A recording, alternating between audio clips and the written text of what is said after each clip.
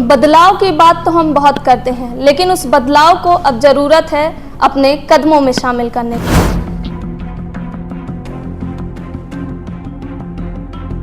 Cycle चालन से पर्यावरण सुरक्षित रहता है, पर्यावरण प्रदूषण नहीं होता है।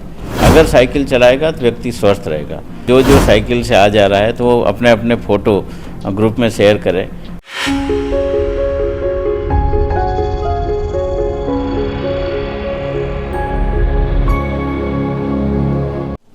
बदलाव की बात तो हम बहुत करते हैं, लेकिन उस बदलाव को अब ज़रूरत है अपने कदमों में शामिल करने का। हमारे साथ जो मौजूद हैं यह हैं रीवा कमिश्नर BS जमोद जी, और यह कहना है उनका, क्योंकि पर्यावरण के संतुलन के लिए हम कई तरह की बातें करते हैं, लेकिन हम कहीं ना कहीं उस चीज़ के प्रति अपनी जिम्मेदारियां कहीं ना कहीं भूल जाते हैं और वह बातों में रह जाती हैं।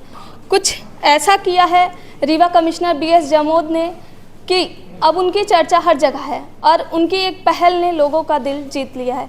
दरअसल BS जमोद जो कि कमिश्नर हैं, उन्होंने एक अलग तरह का आदेश निकाला जिसमें उन्होंने कहा कि अब प्रत्येक मंगलवार को हर सरकारी कर्मचारी को साइकिल से या फिर ये कहें कि ईंधन बचाने वाले जो भी अन्य साधन हैं उनके द्वारा अब ये जो कर्मचारी हैं वो अपने दफ्तर पहुंचेंगे। तो हमारे साथ मौजूद हैं खुद कमिश्नर BS जमोद जी, तो हम इनसे डायरेक्ट बात कर लेते हैं। सर, आपने ये अनोखी मुहिम चालू की है, तो इसके पीछे क्या उद्देश्य रहा और क्या कारण है कि आपको लगा कि यार ये चीज़ करना चाहिए? देखिए, उद्देश्य साफ है। साइकिल चालन जैसा हम सब जानते हैं कि साइकिल चालन से पर्यावरण सुरक्षित रहता है, पर्यावरण प्रदूषण नहीं होता है। दिनों दिन ट्रैफिक बढ़ता जा रहा है और 2 पहिया 4 पहिया वाहनों की संख्या भी बढ़ती जा रही है। प्रदूषण ही उतनी ही बड़ी संख्या में बढ़ता जा रहा है। अगर हम रीवा शहर को देखें तो जो एक नॉर्मल वायु प्रदूषण जितना नॉर्मल अलाउ है उससे 3 गुना अधिक हमारा वायु प्रदूषित हो चुका है।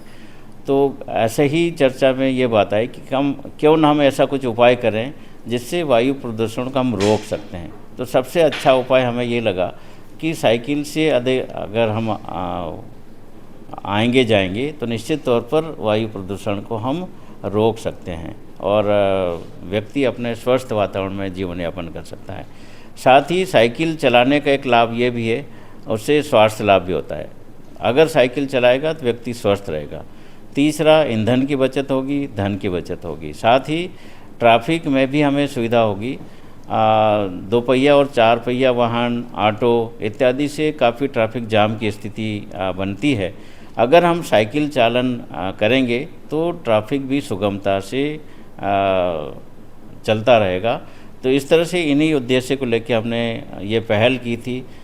सबसे पहले हमने सरकारी अधिकारी कर्मचारियों को यह आह्वान किया कि वो सप्ताह में 1 दिन, मंगलवार का दिन तय करके उसी दिन वो साइकिल का उपयोग करें। जो व्यक्ति साइकिल चालन नहीं कर सकता है वो पैदल अपने कार्यालय पहुँचें, या पैदल बहुत दूर पड़ रहा है, खास करके हमारे महिला अधिकारी कर्मचारी हैं, अगर वो साइकिल से या पैदल नहीं जा सकते हैं तो वो स्कूटी या रिक्शा का भी उपयोग कर सकते हैं। ऐसे हमने सुविधा भी दी है। सर, आपने मंगलवार का दिन ही इस जो आपने मुहिम चलाई है क्यों चुना, कुछ कारण? ऐसा विशेष कारण नहीं है। आज का दिन लगभग सभी कार्यालयों में जन सुनवाई होती है और सभी अधिकारियों को ये आवश्यक होता है कि वो अपने कार्यालय में उपस्थित रहें। तो चूँकि फील्ड में जाएंगे, अगर 50 किलोमीटर दूर भी जाना पड़ेगा तो वो पैदल या साइकिल से नहीं जा सकता है, तो कम से कम वो अपने कार्यालय में तो आ ही सकता है। इसलिए मंगलवार का दिन तय किया है। सर, अभी जैसे ये कह रहे हैं कि आपने मुहिम चालू की, तो इसके लिए कोई निगरानी तंत्र भी है कि कोई अधिकारी नहीं आ रहा है साइकिल से या फिर पैदल या अन्य साधन जो आप बताएं? आजकल निगरानी तंत्र बड़ा अच्छा हो गया है, मोबाइल। इसमें हमने सभी से ये उम्मीद की है कि वो जो साइकिल से आ जा रहा है तो वो अपने अपने फ़ोटो ग्रुप में शेयर करें।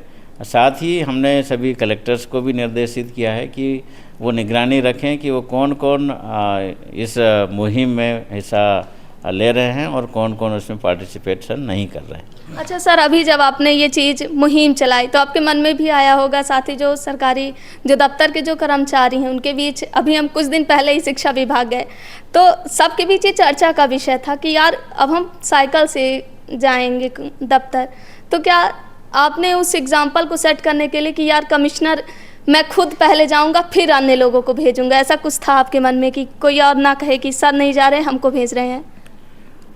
देखिए, सामने वाला व्यक्ति कुछ भी सोचता रहे, मैंने तो मेरे मन में ये प्रण कर लिया था कि मुझे तो साइकिल से ही जाना है।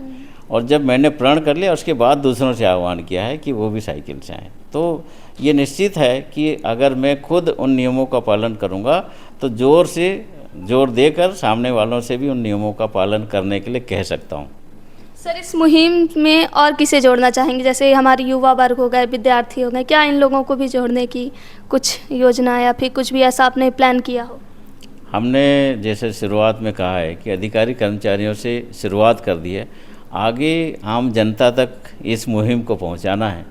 तो सबसे पहले मैंने व्यापारी संघ से बात की है और ये बहुत हर्ष के साथ ये कह सकता हूँ मैं कि व्यापारी संघ बिल्कुल सहमत है और आज उन्होंने भले इस मुहिम में पार्टिसिपेशन नहीं कर पाया पर वो मौखिक तौर पे उन्होंने मुझे सहमति दी है कि वो अगले मंगलवार से निश्चित तौर पर सारे व्यापारी अपने अपने दुकान पर वो साइकिल से ही पहुंचेंगे। साथ ही जैसा आपने कहा युवा वर्ग, तो हमने स्कूल शिक्षा विभाग और उच्च शिक्षा विभाग दोनों विभाग के अधिकारियों से अनुरोध किया है कि वो भी छात्रों से चर्चा करें। यद्यपि अधिकतम छात्र साइकिल का ही उपयोग करते हैं कॉलेज आने के लिए, किंतु हमने ये अनुरोध किया है कि वो कम से कम मंगलवार के दिन 100% छात्र साइकिल का ही उपयोग करें।